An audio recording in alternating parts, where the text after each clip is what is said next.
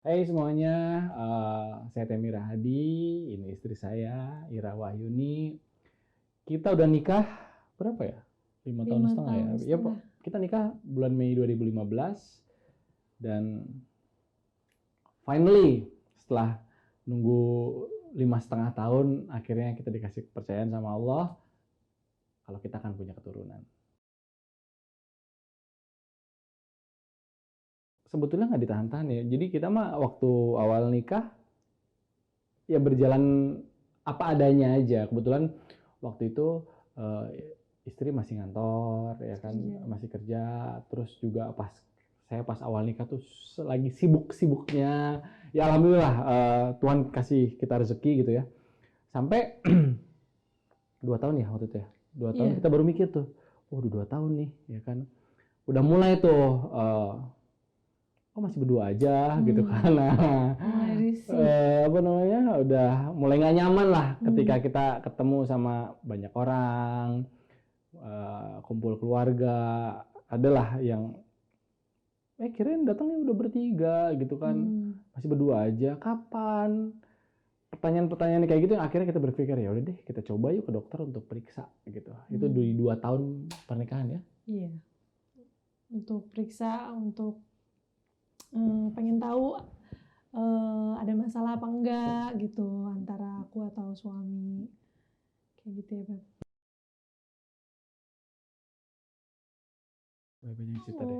Waktu itu tuh pas periksa tuh di salah satu rumah sakit swasta ya Beb ya.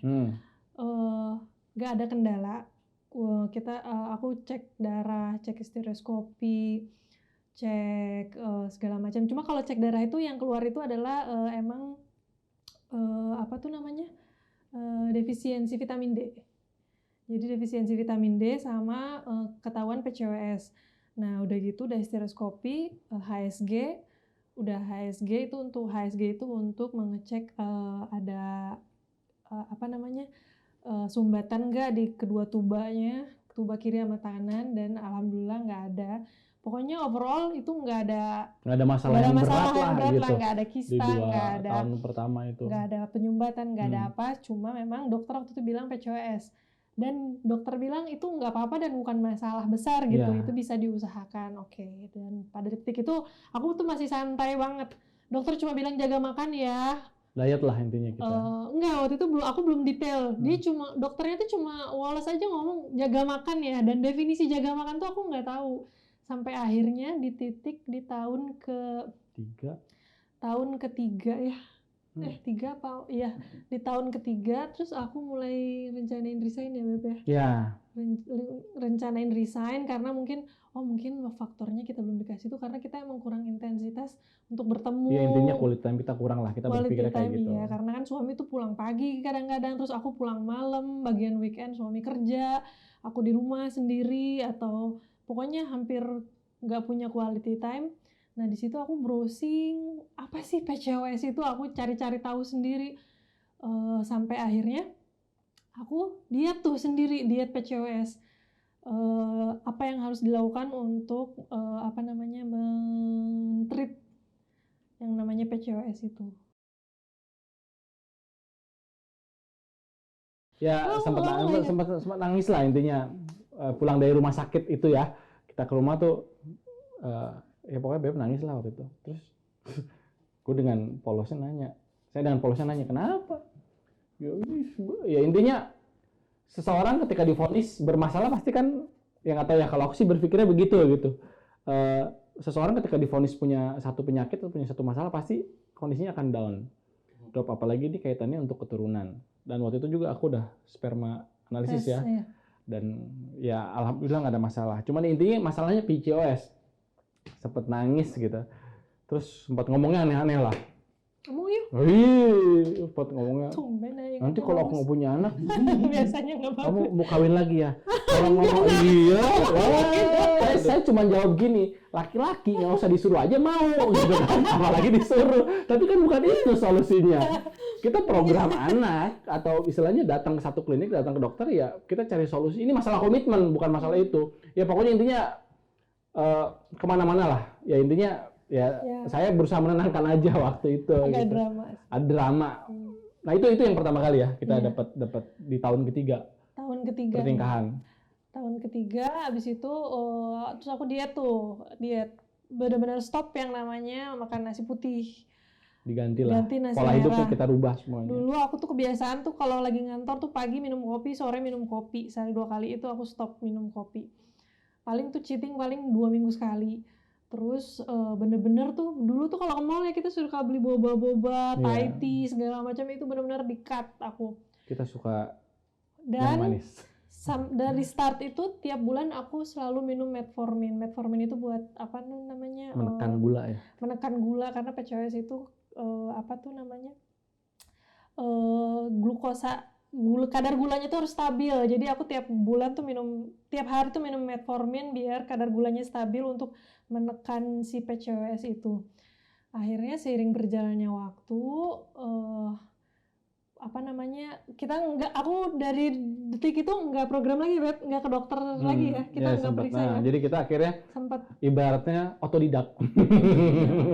Kita program otodidak gitu kan, karena nggak tahu ya, kalau saya tipikal gini, saya orangnya cuek, tapi ketika datang ke dokter atau datang ke satu tempat, ketika saya bertanya saya butuh jawaban. Nah ketika itu saya tuh nggak dapat jawaban, PCOS itu apa sih gitu kan, cuman taunya PCOS itu ada 2, yang kecil sel telurnya sama yang terlalu besar. Yang aku tahu tuh waktu itu gitu doang. Oh berarti, ada yang terlalu besar kan baca. Ya kan ada yang kegemukan, ada yang terlalu kurus. Permasalahan badannya gitu kan. Nah, cuman kan ya akhirnya yang kita tahu tuh, yang saya tahu itu aja. Dan karena pada umumnya tuh PCOS itu biasanya berat badan berlebih. Nah saya lihat istri udah mulai pola hidup sehat, ya udah gitu akhirnya ya karena apa ya, takut juga sih ya, bukan takut apa kan udah pola hidup sehat, udah diet, berhenti kerja udah, quality time-nya ditambah udah, terus akhirnya kok belum ada hasil gitu, belum ada hasil. Akhirnya akhirnya kita gini, kita ini orang yang textbook gitu ya, jadi ketika dokter kasih tahu apa kita ikutin. Nah kita coba itu kok nggak berhasil, sampai ada tahap yaudah deh kita santai dulu gitu. Nah setelah 3 tahun ya nyobain ke salah satu rumah sakit itu, masuk kendalanya juga malas karena udah jauh tuh, lama ya kita datang jam berapa, ketemu dokter jam berapa, itu ketemu juga cepet bener-bener wasting banget dan energi kita tuh habis gitu. Jadi pas ketika nanti minggu depan kontrol ya, karena kita buat nunggu hari itu aja tuh berjam-jam kita nunggu buat ketemu dokternya, karena kalau ngambil nomor tuh nggak on time ya, Beb, jauh dari sesuai prediksi jamnya. Akhirnya pas kita mau program yang serius, Beb, ayo kita program serius ya, Beb, yuk. Karena saya sudah resign, terus akhirnya kita ketemu bocah ya, Beb. Ya, kalau orang Perancis bilang saya sama istri ketemu bocah itu serendipity, ketidaksengajaan yang menguntungkan. Jadi awalnya gini, di saat kita udah ntar dulu deh program lagi gitu kan, karena kita udah nyobain yang di salah satu rumah sakit tersebut gitu kan. Awalnya saya dikasih company profile waktu itu via email. Menarik nih gitu kan. Dari kita waktu lihat company profile pasti yang kita lihat bukan tulisannya kan. Ruangannya oke. Menarik fasilitas nih. Ya. Baru baca tuh. Oh ini klinik baru, begini. Intinya dari company profile ini tulisannya menarik. Tapi kalau kita bicara program anak, ini kita bicara hati ya. Saya nggak langsung cerita sama istri. Cari momen yang pas supaya dia nggak tersinggung gitu kan.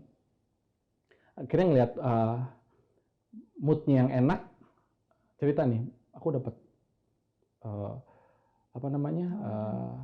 referensi nih untuk program di Bocah Indonesia. Kasihlah sama istri company profile-nya, terus dibaca ya sama kamu ya. Akhirnya udah, waktu itu kita memutuskan untuk mencoba. Itu ya pernikahan tahun keempat lah ya, tahun lalu ya. Tahun keempat. Iya, tahun lalu. Aku ingat banget Agustus. Tahun gitu. Keempat. Nah itu mulai serius kita ya. Untuk ngejalanin lagi, karena kita sempat break sekitar setahun. Setengah tahun lah. Mau coba otodidak karena kan mau diet dulu deh, hidup sehat dulu, semua stop gula, stop jajan-jajan makanan yang gak sehat, aku dan suami, terus kita rajin minum jus apa segala macem sampai jus-jus yang nggak gua suka itu telan aja. Ya kan? Sampai akhirnya kita demi kau dan si buah hati. Akhirnya kita perlu bocah ya. Iya. Pernah lah, kan kita istirahat dalam artian gini. Nggak kontrol lagi ke dokter, nggak kontrol. Maksudnya kita nggak datang ke rumah sakit, nggak periksa segala macam. Jadi ketika 1 tahun itu dari pernikahan tahun ketiga keempat itu, dari 2 ke 3 kita kan hampir 1 tahun ya kita di rumah sakit itu, ternyata hasilnya nggak ada gitu ya. Maksudnya sebetulnya bukan masalah hasil sih, mungkin karena ya satu banyak faktor non teknis lah, datang ngantrinya banyak banget karena yang tadi bilang perjuangannya tuh kita kadang-kadang yang datang jam sekian, ntar ketemu dokternya jam berapa gitu kan. Habis waktu, energinya habis duluan. Terus informasi yang kita dapat juga, ya nggak tahu ya, kebetulan kan saya kerja di bidang komunikasi, jadi kayaknya ada komunikasi yang kurang lah, intinya gitulah. Kurang komunikatif dokternya gitu. Jadi ya udahlah kita break dulu, maksudnya siapa tahu ketika bertanding tampil tanpa beban biasanya juara gitu kan, ternyata nyoba untuk untuk menjadi tanpa beban itu nggak ada hasil selama 1 tahun ya, sampai akhirnya ketemu sama bocah Indonesia. Kalau saya sama istri selalu percaya gini, usaha tidak akan pernah mengkhianati hasil. Kalau kita ngomongin soal program anak, kita harus komitmen.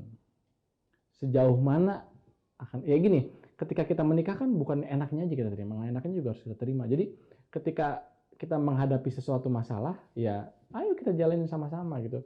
Dan kalau boleh jujur, ketika pertama kali datang ke bocah, saya baru tahu, oh begini ya proses suami istri itu bisa sampai bisa menghasilkan keturunan.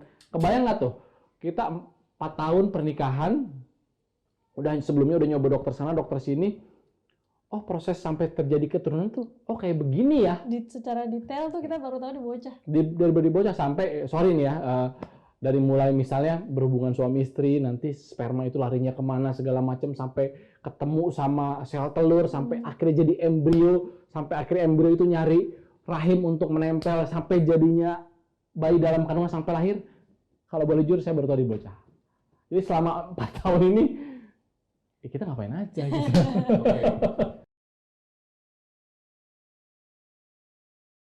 Enggak wasting time, justru kita begitu tahu, ya enggak. Sekarang gini, kita masuk ke ruangan, ya enggak. Kita harus tahu dong, ini denah ruangannya, di situ kamar tidur utama, ini kamar tidur anak, itu tangga sebelah situ. Nah, ketika kita udah tahu denahnya, tahu medan perang yang akan kita kuasai, kita tahu dong harus ngapain. Nah, jadi jujur aja kita kayak anak kelas 1 SD yang baru masuk sekolah gitu kan, dikasih mata pelajaran sama guru. Oh gini ya ternyata ya, proses sampai bisa menghasilkan sebuah keturunan itu. Nah baru setelah kita diedukasi tentang itu, dicek lah. Tapi yang lucu tuh waktu pertama kali datang, kan biasanya rata-rata kalau datang ke dokter gitu, perempuan ya yang di USG segala macam. Tiba-tiba istri saya dilarang. Jangan dulu Bu, laki-lakinya dulu. Baru kali itu saya ke dokter. Di bocah, jangan dulu, laki-lakinya dulu. Karena waktu itu dokter dari bocah bilang, sponsor utama untuk kehamilan adalah laki-laki. Jadi kalau mau periksa, sperma analisis dulu, jangan USG perempuannya dulu. Karena tanpa laki-laki, perempuan tidak akan bisa mempunyai keturunan gitu kan. Akhirnya ya udah gitu kan. Ya udah deh sperma analisis. Tapi ketika bicara sperma analisis, di sini saya bilang laki-laki akan melawan egonya. Jadi ketika gini, analisis sperma ya, pasti dalam lubuk hati yang paling dalam seorang laki-laki, saya jamin ya, buat teman-teman yang nonton ini punya perasaan yang sama saya. Gila nih, apa emang gue harus kayak begini banget gitu? Sperma gue diperiksa, pasti setelah itu dia berpikir, gimana kalau gue mandul? Gitu kan? Kalau sulit punya. Kalau ternyata masalahnya itu dari kita gitu kan. Dan itulah ada apa ya? Ada pertentangan batin lah. Pertama kali saya sperma analisis saya nggak mau. Kita berantem ya. Waktu itu yang di rumah sakit sebelumnya. Berdebat lah. Berdebat ya. Sempat berdebat ya. Masya Allah egonya. Melawan ego lah laki-laki gitu kan. Sampai akhirnya ketika di bocah kan saya udah pernah sebelumnya udah pernah mengalami fase itu. Jadi ketika ketika disuruh sperma analisis ya it's okay, nggak apa-apa gitu. Akhirnya saya cek, dan masalah ini selalu saya bilang sama teman-teman saya yang punya hal yang sama, atau kita bilang pejuang 2 garis gitu ya. Lu mau program, ini buat cowok ya, lu harus buang jauh-jauh ego lu. Lu harus buang pride lu sebagai laki-laki. Karena kalau enggak, kita akan dimakan sama ego kita sendiri. Ya salah satunya adalah itu. Laki-laki tuh apa ya? Pantang untuk mengakui kekalahan lah. Jadi ketika nanti, wah kalau gua yang bermasalah gimana ya? Nah itu yang harus, cuman ini program men gitu loh. Suami istri, dan kita harus terbuka. Kalau kitanya nggak mau ya kasihan istri kita, masa istri kita udah di USG transvagina segala macam bla bla bla, kita cuma hanya sekedar sperm analisis aja nggak mau. Jadi ya berarti tuh nggak ada apa-apanya ya. Kalau cuma sperm analisis tuh nggak ada apa-apanya sama cek kesuburan untuk pihak perempuan, karena kan kalau perempuan tuh perjuangannya lebih berat. Ada yang namanya stereoskopi, HSG, belum lagi nanti banyak lah ya. Banyak. Wah, banyak lah pokoknya prosesnya program tuh anak lebih painful. Itu buat saya sama Ira adalah komitmen.